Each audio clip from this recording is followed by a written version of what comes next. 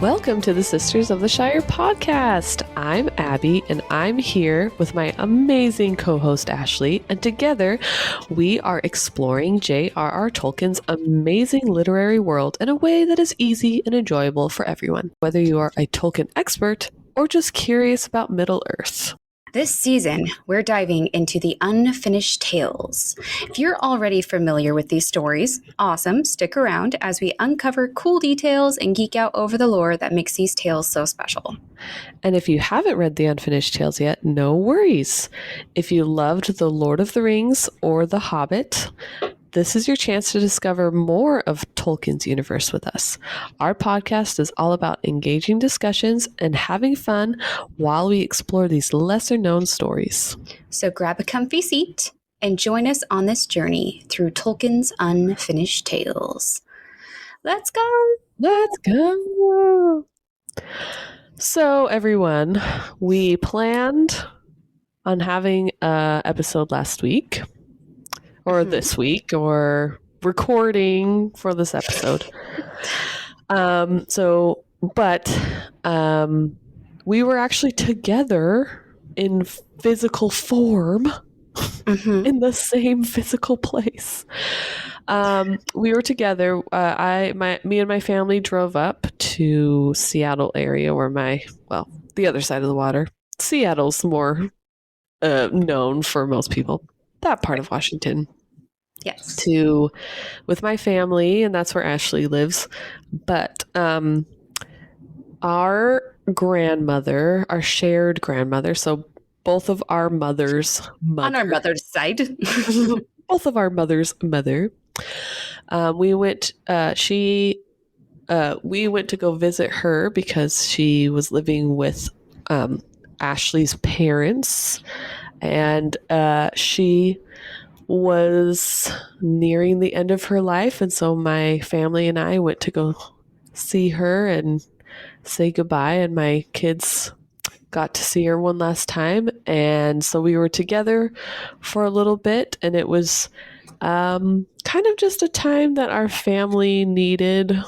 So we kind of put the podcast on the back burner for just a little bit because we kind of all knew that this was a goodbye situation, and unfortunately, but it was expected, but it's still unfortunate that our grandmother passed away on Wednesday, which was a real blessing that my family got to go up there because we just kind of last minute thought, hey, we need to go see Grandma Jo. I said that to my husband and my sister who lives in Idaho. I was talking to her. I was like, we should go see Grandma. And so she also came down. We missed each other by a day, though. I didn't see her, but very common with us. I know. Let's just go see Grandma. And we went and saw Grandma, and we were there on Sunday, and we drove home Monday, and she passed on Wednesday. Yep. So it was very... what's another word for not serendipitous, because serendipitous sounds happy. Fortunate, inspired, bittersweet. Fortunate time. Yeah. Like no one said anything of like, you need to get here right now, but it was just kind of like, we should go see her. So we went up there and we got to see Ashley and Lizzie. My kids got to play with cousins and they got to see Grandma Jo, and which was very, she wasn't doing well the day we got there, but she was coherent enough to actually remember all of my kids, which was kind of rare at that point of her life of actually remembering anything.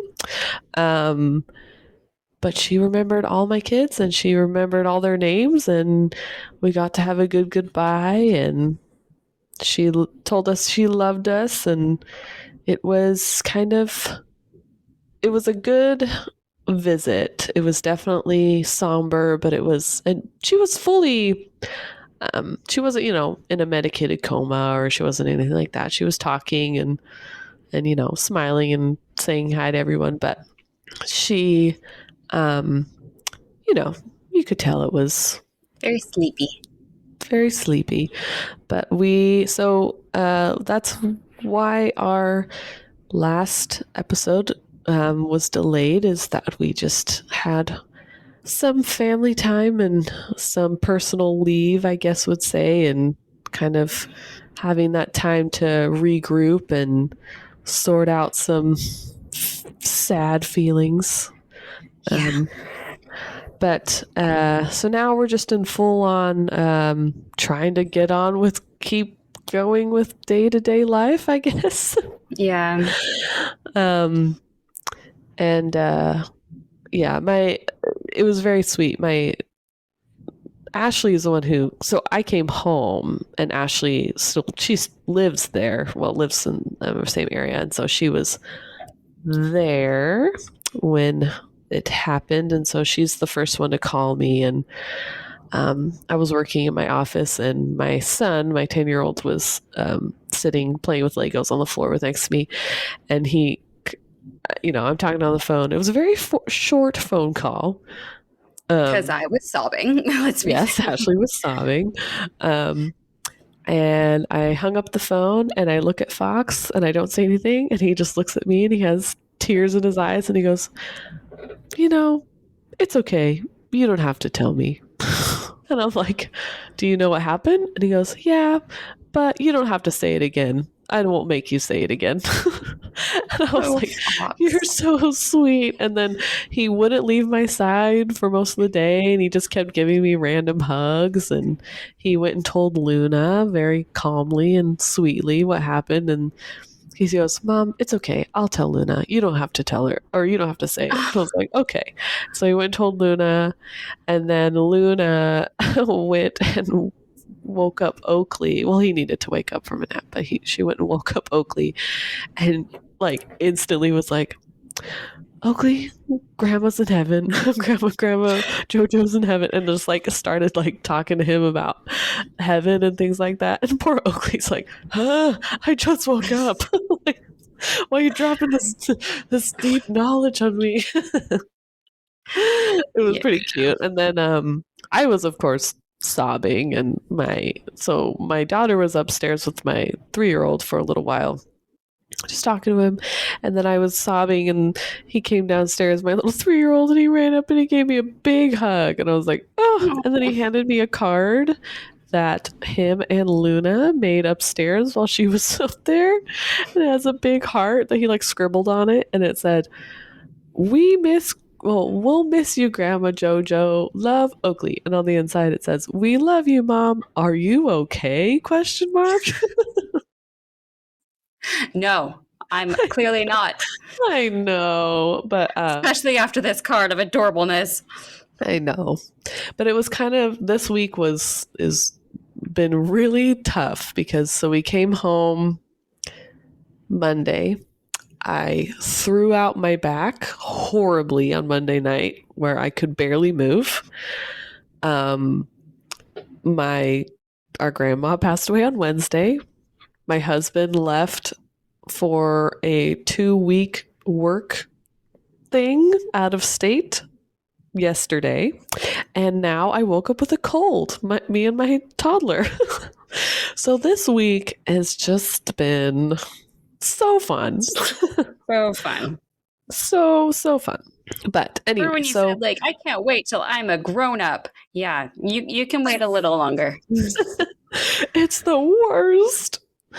Anyway, sorry to talk about it so long, but we appreciate your patience, everybody out there, and just know that it's not like we plan for these things, and we want, we do love this, and this is why we jumped back into it so quickly, is because we love it so much, and it's kind of like a fun break from reality that we don't have to think about things. So anyway, hey, let's talk about happy things in this book, right? All the happy things that happen.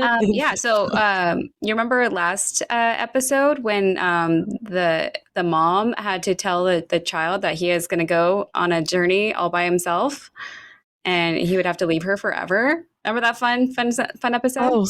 Oh, so nice. Such a And good, he understood it perfectly. And heartwarming. I totally understand what's going on. I understand why I'm leaving. I understand completely what you're saying, Mother, because you were so clear and direct and comforting.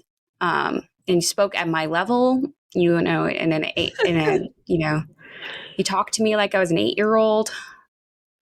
Yeah, Gosh, totally. love Morwen, but also what the heck, man. Um, so last episode, we kind of went into the aftermath of what was going on with her and Turin after the Battle of Unnumbered Tears, because not a lot of people made it back. A lot of No. the husbands had died on the battlefield, and the grief itself led to some people's deaths, like the wife's deaths, including like Hor's wife, Rianne. Just Do you basically think left her baby with elves and went to the battlefield and was like, oh no, he really is dead. Blah. do you think he based that off of seeing widows like Oh, yeah, when he came back from war? sure. Just like women who just disassociated or like Yeah, went in such a deep depression that they did die, like they did couldn't maybe. handle it or Yeah. so So I wonder what the Easterlings would be, like the Germans occupying areas that have been recently captured, kind of a thing. mm-hmm. Interesting. I can see that. Yeah. Because, yeah, the Easterlings were on the men and elves side during the battle, and then they switched sides to Morgoth. And in honor of that betrayal, Morgoth gifted them this land, which included free slaves and houses and farms that were already done. You know, it included slave labor. So the You just have to take the pictures down of the slaves and their families inside of the homes because yeah, might make you feel a touch bad. But all the family Morwen, heirlooms and everything like that. Just get it out of there. yeah. But Morwen, actually, they kind of left her alone because they were for sure she was a witch. She's a witch. Yeah, Wood and and that she was consorting with those white fiends, the elves, who weren't really around. I mean, I think Morwen had some news in some versions of the story, but yeah, they couldn't really help Morwen and her people. So they were really struggling because not only were the Easterlings in control, but in taking all of the food and everything, but also the any working possible people were made to be thralls, basically the slaves. So you were serving the Easterlings. Any food for yourself was only to keep you alive. And Morwen refused. It's like Bug's Life when they Yes, give sure. all the food to the grasshoppers and they're just drones just doing work all day. But They come, they Morwen, leave. they come, except they don't leave. They come, they eat, and they stay, And and they beat you if you don't give them more food. Oh gosh. And Morwen, in her pride, refused to accept charity, except she did receive some help from a relative on Hurin's side, a woman named Iron, who had the luck, the honor of being the Easterling chief's wife. She was chosen. And she totally went willingly, I'm sure. And she was so excited to be the wife of the Easterling chief. Yeah. Yeah. So she was able, kind of in a higher place, to be able to help Morwen. And Morwen basically accepted it just because, like, well, it's my stuff first. So just returning it back to me. Mm-hmm, mm-hmm. Then they start having this like, okay, I don't think Hurin is coming home. It's been a while. Um, she keeps like hearing, his horse coming in the yard. She keeps thinking she hears his footsteps, but it's more wishful thinking than anything. And as Turin is growing older, she is more worried that the Easterlings are going to find him. She's just been kind of keeping him hidden away in the house. Trying to keep an 8-year-old quiet and hidden away in a small house must be very difficult. I So mean, she's she like, has the okay, perfect demeanor for being caring of keeping her child in the house and oh yeah, occupied and happy. mm-hmm, mm-hmm. So it is at this moment that she suddenly remembers that she's, Hurin and Morwen had this discussion. If the things go badly in the battle, don't wait for me. Just go on, and I'll come find you. But she can't go because she is pregnant and near her time. So she decides to send Turin to King Thingol in Doriath for his own safety. Um, and so she decides to have this talk with him, and she doesn't do very good. I'm not going to lie. Torin just ends up being confused and sad. And she's, but why do I have to leave you behind? I don't understand. And she's like, so you don't become a thrall? And he's like, I don't know what a thrall is, woman. And he's like, I'm making you leave so you don't have to find out. And he's like, but I still don't know what it is. And then they don't talk about it ever again. And he's like, I guess I'm leaving. I don't know. I'm so confused. And that's basically where we ended things. Mm-hmm. Good communication skills. Mm-hmm. So the next morning, after that heartfelt talk with his mother, what is Torin going to do next but go to his best friend Sador, our man, Labadal. Now, Sador had been gathering firewood, and because of their hard times, wood is scarce. They can't necessarily go outside of their kind of I don't want to call it a city because that's not the right settlement, maybe, because going out in the woods was very dangerous, with the city being occupied by the Easterlings and all. It's just, kind of asking to be, killed. So when Turin found Sador, he was leaning on his crutch and he was just kind of staring at the chair throne that Sador had been making for Hurin. And Sador sees Turin come in and, says to him in reference to the chair, and he says, quote, "It must go, for only bare needs can be served in these days." Oh no, not the beautiful throne. Yeah. Can you imagine needing firewood so badly that you have to burn your own furniture? I mean, the chair throne is more of an ornamental piece, but still, like, I'm sure they weren't that far away from having to take apart other items for firewood. Like, okay, I guess it's either have a kitchen table or be freezing. Let's just, we can eat on the floor. I'd rather be warm. Yeah. Like I said, it just kind of is a good example of how hard the times were. It's not like they were living it up. They were not doing well. Yeah. But poor little Turin, he's like, quote, "Do not break it yet. Maybe he will come home, and then it will please him to see what you have done for him while he was away." Oh gosh. No. So poor Turin, he's like, he still has hope that his daddy will come home. Oh, and then adding to the list of great lines of Sador, he says, quote, "False hopes are more dangerous than fears, and they will not keep us warm this winter." Okay. I mean, sure. But you don't have to be rude. He's just a little boy. And then he, I'm sure he had made like ornamental carvings in the chair and maybe, had some kind of writing maybe on it that he had carved in. And he just is looking over all the time and all the work that he had painstakingly put into this chair. And he says, quote, "I wasted my time, though the hours seemed pleasant.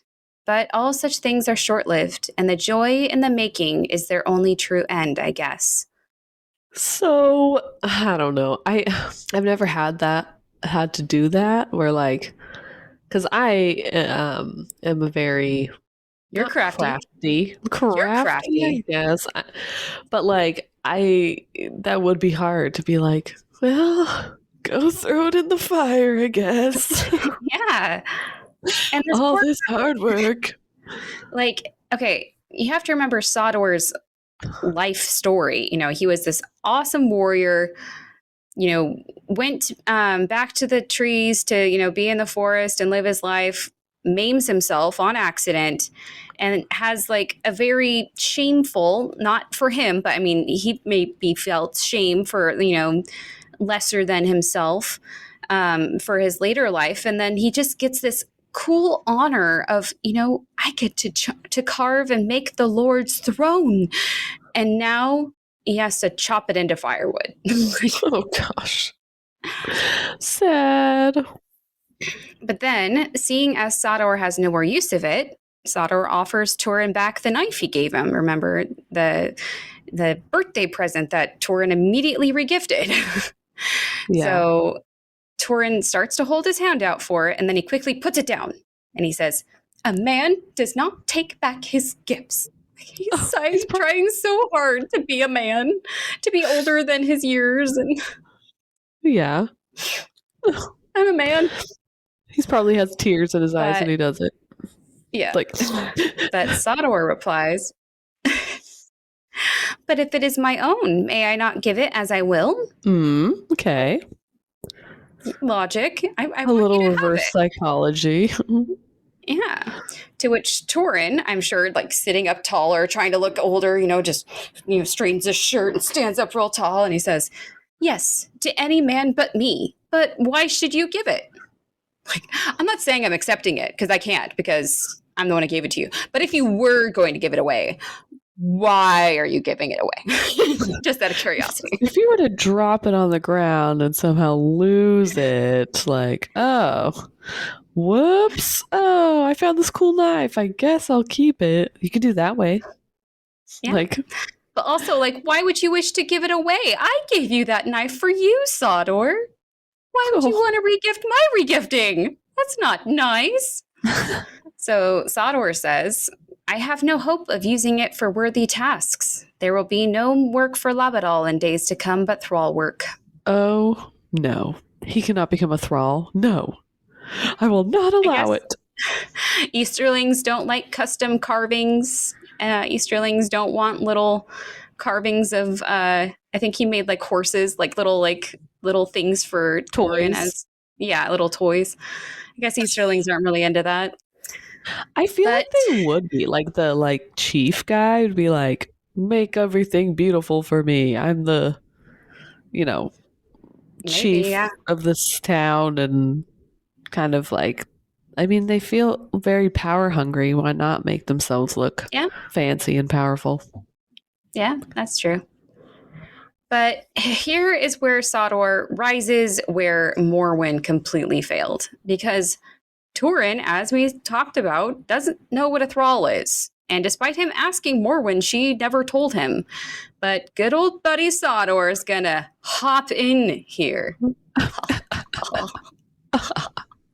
Quote, so Turin says, "What is a thrall? I still don't understand." And he says, quote, "A man who was a man, but is treated as a beast. Fed only to keep alive, kept alive only to toil, toiling only for fear of pain or death." You keep using that word. I do not. I do not think it means what you think it means. Yeah, that's what Turin is right now. He's like, you guys keep using this word. I don't know what it is. But I actually think that's a really good way of describing a thrall. I will say, though, in the Silmarillion, thrall almost had more of a brainwashing aspect to it. I mean, they still use that term, like, right. But for I wonder other if fantasy or sci-fi, like literature or stuff like that. Like a thrall, people would know, like, oh, that's like a zombie kind of like one-track mind of, but they're being, what's the word? Not possessed, but controlled by a being. And like a leader person. Mm-hmm. And I wonder if it is there's different, for lack of a better word, brands of thrall.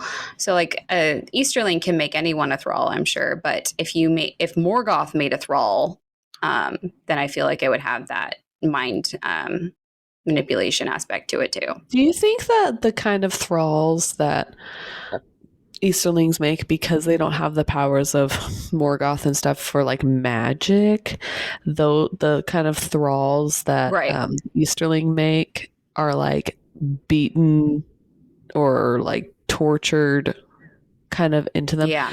kind of like PETA from the Hunger Games, how he like kind of was just tortured so badly that he like flipped Yeah. sides. Like he just was like Mm-hmm. kind of brainwashed in a way, but not with like magic, more of like, if you say the wrong word or are supportive, whatever, then we'll like beat you. Or Mm-hmm. so he kind of has that association of like, I can't think like that or they'll beat me. So I'm just not gonna think like that. Maybe that's how they do I it. also I mean, I also wonder if there's a difference in thralls that are from men and thralls that are from elves. for me, the thralls that are, I mean, they kind of explain the elves to orcs Yeah. situation. Like that's how that goes. But I feel like that's like the in between. Beginning stages. Yeah. Yeah. Yeah. I could see that. So Sador continues here, quote, and from these robbers he may get pain or death just for their sport. I hear that they pick some of the fleet-footed and hunt them with hounds. They have learned quicker from the orcs than we learnt from the fair folk. Oh gosh. So Yikes. I know you didn't go this far into Game of Thrones, but there is definitely a character that does this. What, hunts people? Uh-huh. With Oh, hounds. Mhm. oh, Yeah. that's Um, cool, like, I yeah. guess. Uh, the Easterlings, although men, might be more akin to orcs at this point than to the fair folk or elves, basically. So now that Turin has actually been told what a thrall is in a way that he can understand, because that's how you're supposed to talk to children, maybe, and he might even understand more of what an Easterling is, because who knows if he understands what that is, other than just these bad guys. Like, what are these bad guys? They seem like men, but they don't act like men. I don't understand. Mhm. So maybe he understands more, because he says, quote, now I understand things better. And poor Sador, he doesn't really want to be the one having this conversation. He feels pity for Turin in that in his young age, he has to know what a thrall is. He's having to explain this. But then Sador looks at Turin's face and he says, what do you understand now? And as tears fill little Turin's eyes, he says, why my mother is sending me away. Oh. So, imagine if Morwen had explained it better in the first place. It could have saved Turin a lot of a tormented night, thinking that his mother was sending him away and he did not understand the reason. You know what it reminds me of? Now that I'm thinking about it? All those little kids that they put on trains to send to other countries or other places during World War II. Mm-hmm. That my mom's sending me away. I don't really know why. Yeah. They just put them on the train and then they're like, go live somewhere else. And I'm like, oh, that would be the Narnia so heartbreaking. Oh my gosh. Yeah. But you got to think about it in the way of I do give some sympathy to Morwen because she's doing this to save her kid, to save him. Right. And I don't know, I feel like there could have been a better way she would explain it, but kind of if she was emotional enough about it, it would have been harder for him to go. I don't know. I just know that if I was like sobbing and wailing and stuff like that, if my child was getting on a train and leaving away during war, they would probably be freaking out too. So I guess that you have to have that like stout, like, expression, and that like, it's gonna be good, you're gonna be great, this is just another adventure you're gonna go on, and I'm gonna be fine, it's gonna be great. Yeah. I don't know. That's what I'm feeling of like, it had to not be easy for Morwen to send him away, but she kind of had to be that firm, like, you gotta go. Sorry, you just gotta go. You gotta live. You have to live. Yeah. And, as Sador understands what Turin is saying, he kind of just says to himself, but why so long delayed? Like, why did Morwen wait so long? I mean, she's kind of in denial, let's be honest, about, thinking Hurin is going to come back any second. But it is weird that she just randomly remembers, like, oh yeah, Hurin did tell me not to wait. He was pretty clear about not waiting if the battle should go poorly. And it's not like they're not sure how the battle went. The battle went poorly. And, she could have left a long time ago and now it's too late. Why didn't she leave earlier? I think in my brain she's like sleeping, and then she like shoots up at about like, oh, like slaps her forehead like, oh darn, oh dang, I just remembered, oh darn. Maybe like he comes to her in a dream. I said, do not wait. Go. I will Yeah, meet like, you there. whoopsies. Maybe she was super sick, or maybe she needed help during like her first and second trimesters, and she needed her kid with their to help out. Maybe.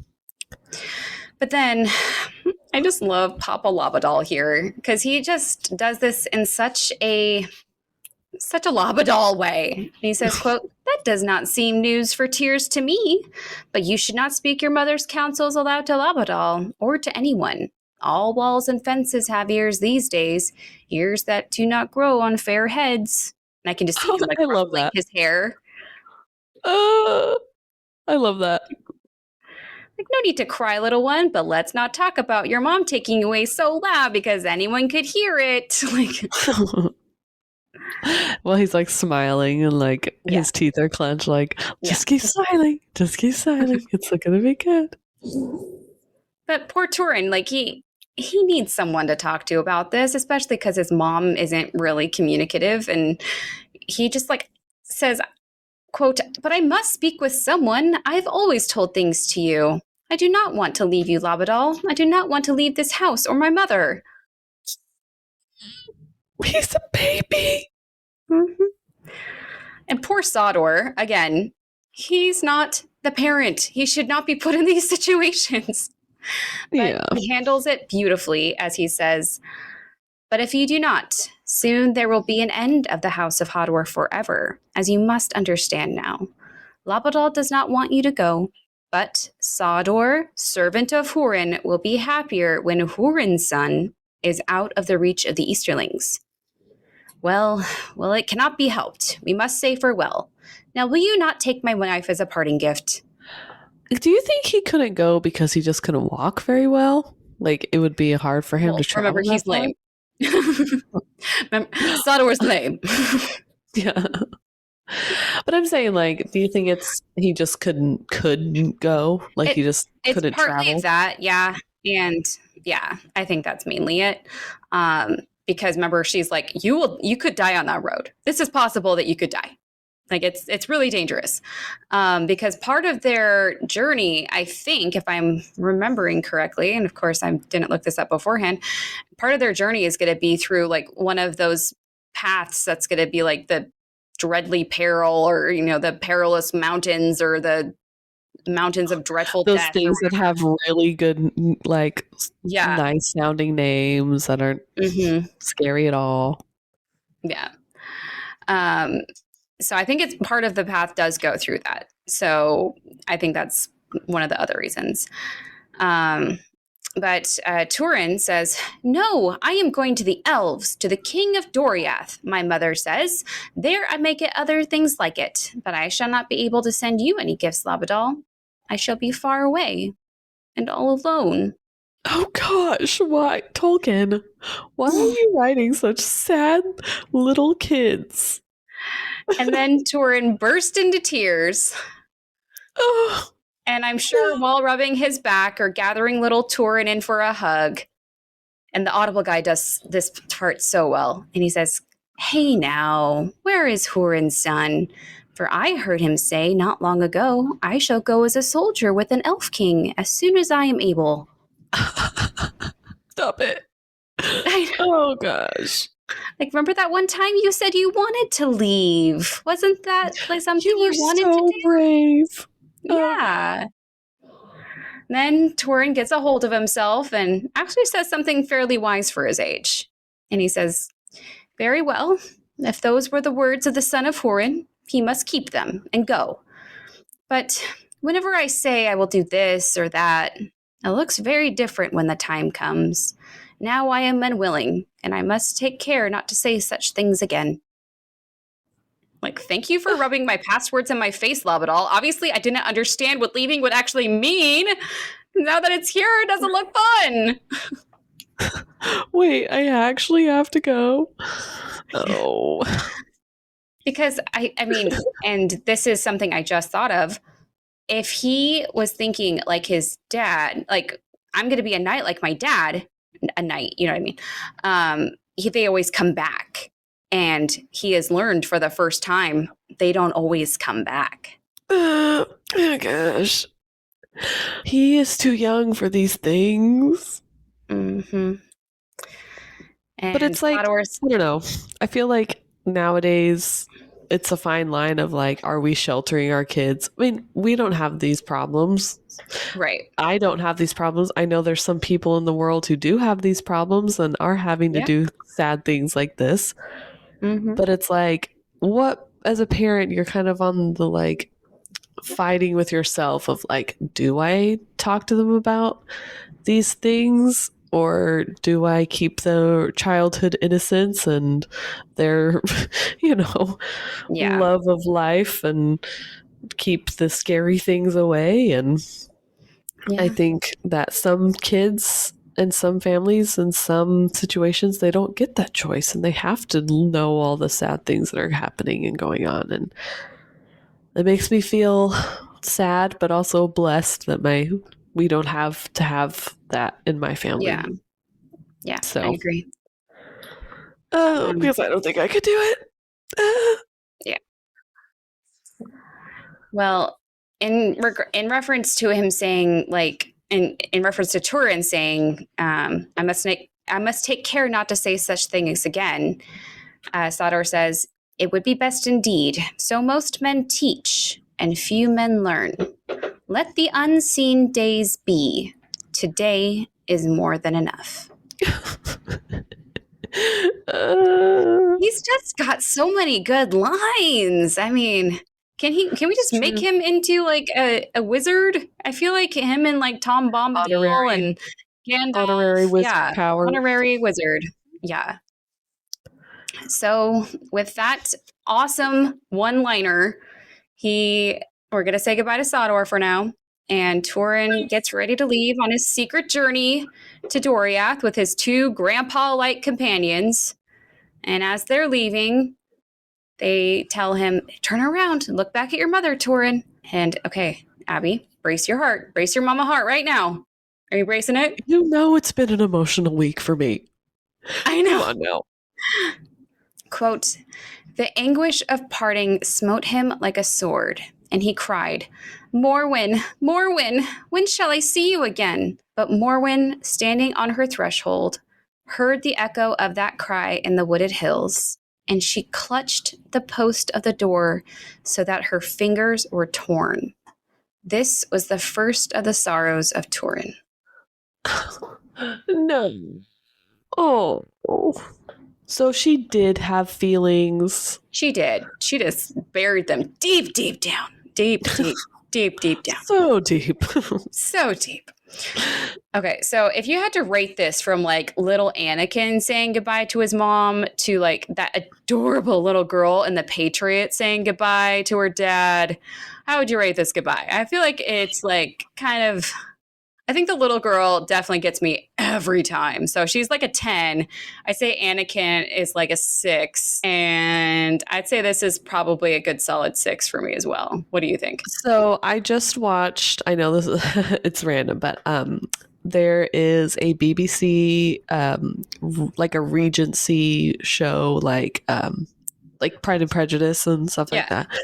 But it's Emma, which is my Oh, favorite, and it goes more in depth in the story because it's like episodes, and so you can see yeah. a little. It's like longer. So at the beginning of the story, they feature 3 children, which they grow up, and that's the characters of Emma. But there's Yeah. Emma, and then there's Frank Churchill, and um, oh shoot, there's another little girl, Jane Fairfax, and they're all born in the same time, like they're all the same age. And so in the beginning of the movie, Emma, her mom dies, and so you see this little girl at a funeral like hugging her mom's casket while they're pulling it away, and then it goes to the other um, Frank Churchill, and his mom dies, and so his dad can't care for him, so he sends him to live with his sister-in-law, the mom who's died's sister, and she Okay. goes. And so he's like sitting in the back of a carriage, like these kids are like 4, right? Like 3 or 4 years old, and he's Nobody like sitting in the knows. back of a carriage while his dad is like, "It's gonna be okay," and he's like waving, and his dad is sobbing, right? Like, oh Nope. my gosh, it kills me. Nope. And then Jane Fairfax, her parents had both died, and so she was living with like her great aunt, and aunt, and they fell on hard times financially, and so they had to send her away like at like 3 4 years Oh old gosh. to like go live with her like second uncle or like some random like old military man Yeah. so she could have a better life and a better education that we cannot give her. That's how they justified it. And so then you see another scene with another little baby that's like being put in a carriage, and the mother or the great aunt and the aunt are like, "It's gonna be okay, it's gonna be fine," and they're like weeping. I'm like, oh my gosh. Those three, that it's like all in the like they explain that's their upbringing, and so it's like 10-minute montage of all these like super sad kids that are saying goodbye. I'm like, I can't.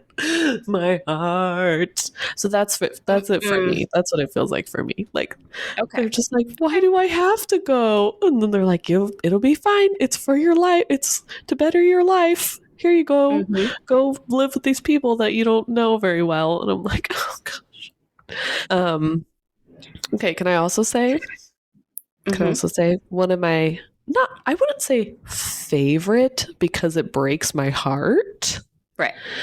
but it is very Maybe a endearing to cherished. me Yeah. when you see, and it happens I've seen it in like multiple different movies or like genres. It happens in Lord of the Rings in the Two Towers, um, where older men, like grandpa elderly. This is I'm relating it to the two elderly guys that are going with Turin right now, who are like, I have a job. I need to put my armor back on, and I'm a soldier again. I'm important. Oh my gosh, it kills. I can't. Like Oh that scene in Mulan where he yes, I tries was doing just the thinking sword about stuff. Mulan. Yes. I was just thinking about Mulan, but in that scene in Helm's Deep where like all the old men are like getting like their swords and stuff like that, and they're like trying like, I've got a duty. This is me like being useful again. I'm still viable and a soldier. I'm like, oh.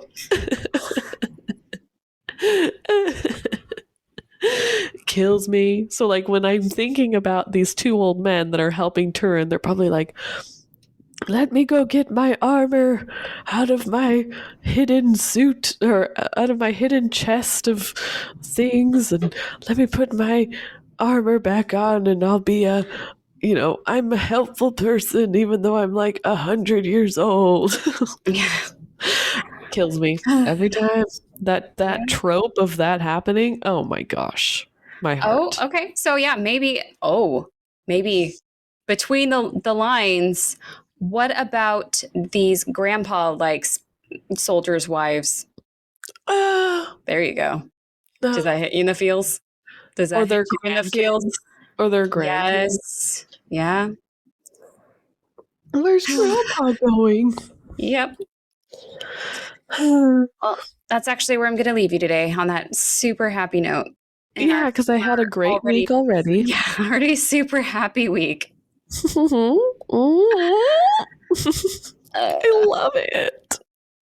well, one thing to look forward to is while we were together, we were able to make a few little videos together that Abby is going to put on the Instagram of some fun things we were able to do amidst all the sadness. So hopefully those will be out soon, and that will make up for our neglect. No, Not not neglect. neglect. You know what Our I mean. preoccupied brains and hearts. Yes. Yes. But thank you all, for real though. Thank All you all right. for Well, sticking around with yeah. us. Yeah.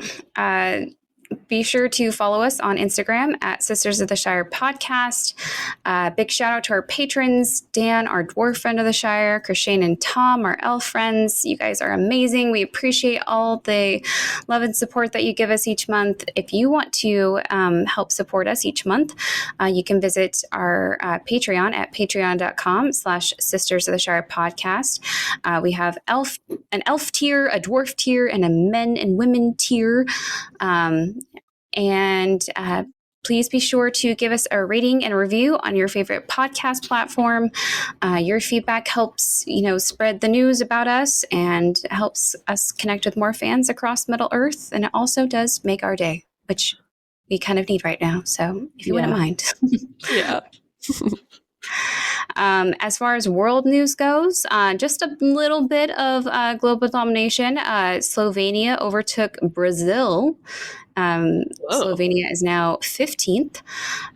Italy overtook Singapore and Thailand. And Yeah. Iran overtook Turkey and Colombia.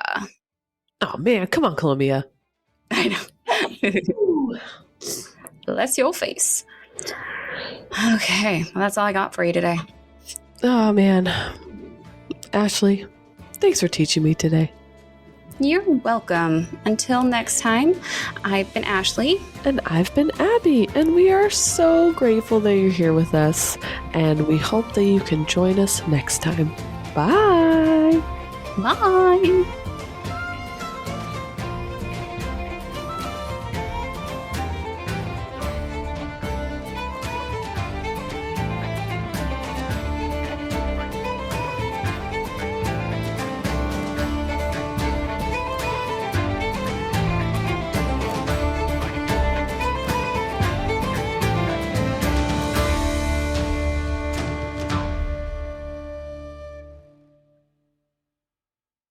Thank you for teaching me a day. Yay!